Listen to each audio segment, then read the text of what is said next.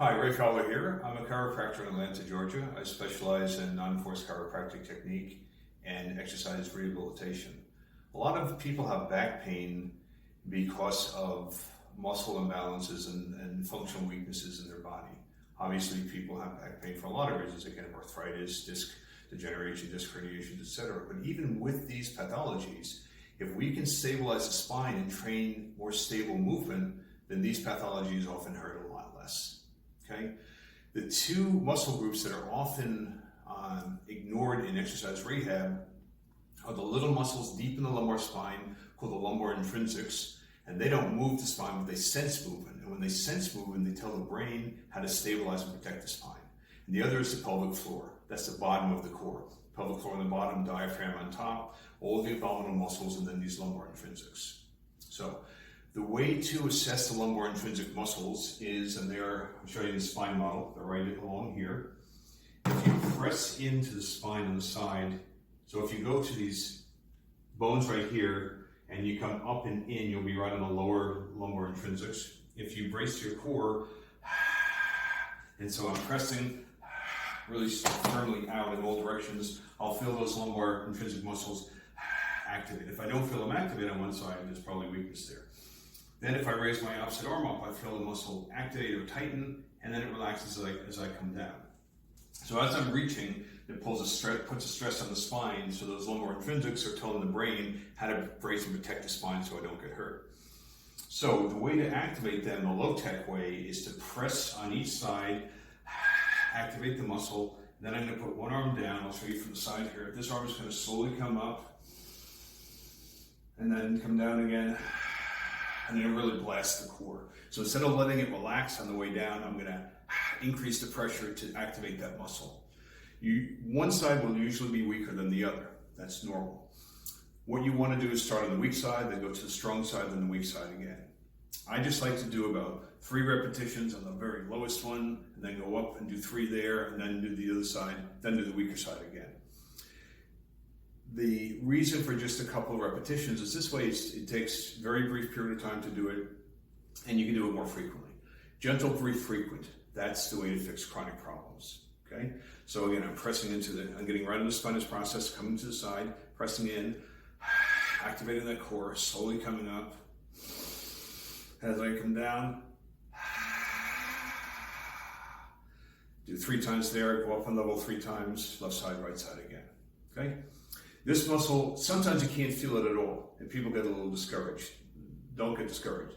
If you do this, you're still activating the muscle. One thing I found, if you can't find it standing, you can sit on a physio ball and do the same thing. Sometimes just the labile surface of the ball and slightly bouncing helps to activate the muscle. Okay, so those are the 2 different ways to do that. Again, a lot of complexities to this. If you get overwhelmed, call me at my clinic. Our website's fowlerchiro.com. My number's there. If I need to personally instruct you in this, I can, or if I could talk you through it on the phone, I'd be happy to do so. Now, for the pelvic floor, the second part that's commonly weakened, you have weak muscles, and sometimes that leads to frank incontinence. So if you cough or sneeze, or you can have incontinence.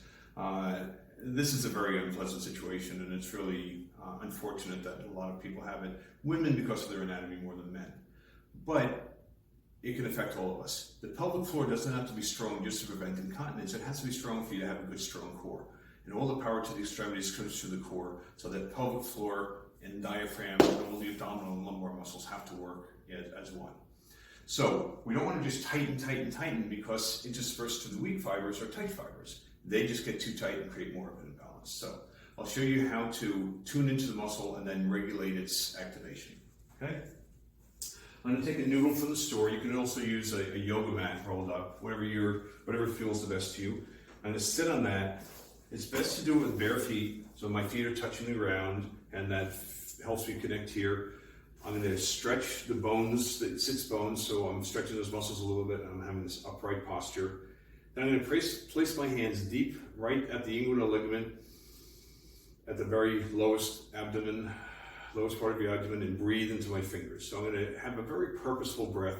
I like the cadence of 4 seconds in, hold for 2 seconds, 4 seconds out. Breathe in through the nose and out through the mouth. Whatever cadence you're comfortable with, if you want to modify it, that's fine. Point is, I'm going to breathe for about 2 minutes that way. Every 30 seconds or so, stretch out the pelvic floor a little bit more. Then 3 sets of the same exercise. Gentle Kegel. You just pull the pelvic floor up a little bit, brace the core, firm up here, and then pull the Kegel up to about 30% and hold that. Then pull the pelvic floor up to about 50% and hold that.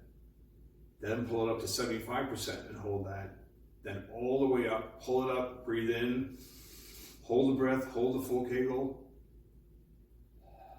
relax and let everything, breathe out and let everything relax. And then you're going to repeat that. 3 more deep breaths, 4 seconds in, hold for 2, 4 seconds out.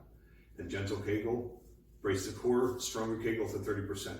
Then up to 50, then 75, then all the way up, breathe in, hold it, exhale, let it all relax. The third time, you can modify it a little bit in between the second and third. 3 more breaths, 4, 2, and 4. So it's the same thing 3 times. And the third one I like to modify a little bit by doing gentle Kegel, activate the core, stronger Kegel to 30%, and then breathe. Then 50%, 75%, then 100%, hold it, breathe in, hold the breath, let everything relax, and exhale. Muscles have a normal relaxation property after isometric contraction. So this is the reason for that, holding it up with the breath in and breathing, then everything relaxes. Then I'm going to stand, I'm going to do a gentle Kegel, brace the core, then a stronger Kegel just to about 30%. So that's all you need for full activation of the core. You only need that full contraction when you're doing plyometrics or bouncing off something like this in a trampoline. So then I'm going to use this every time I walk. So I'm going to do a gentle Kegel, brace the core, stronger Kegel, opposite arm and leg, and then boom, and walk. As much as possible, I want to maintain this the whole time I'm walking, but I'm not going to be able to do that. After a while, it's going to stop. It's going to just shut down. So I'll stop, gentle Kegel, brace, 30%, and then boom, off you go. So you'll have more and more control, and you'll notice when you're walking, if you try to do more than 30%, you probably won't be able to maintain it, and you don't have to. So 30% activation when you're walking as much as possible, and you do this throughout the day, even cooking at the stove. Gentle Kegel, brace, 30%, and you just feel like your whole body's more connected and you're less likely to develop back strain from having poor posture. If you have any questions, call us at our clinic. We'd love to hear from you. Take care.